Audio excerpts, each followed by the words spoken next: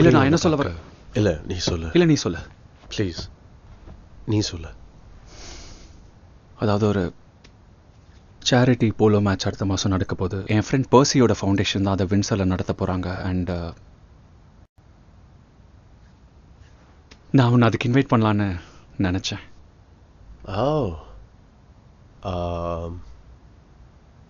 எனக்கு போலோ ஆட தெரியாது. காட், நீ விளையாடலன்னா அது ஒன்றும் பிரச்சனை இல்லை. அங்கே விளையாட போகிறது நான் தான். நீ அந்த சைடில் இருந்து மேட்சை பார்க்க போகிறேன். கிரேட். அதான் எல்லாருக்குமே சேஃப்னு நான் நினைக்கிறேன். யா கரெக்ட் தான்.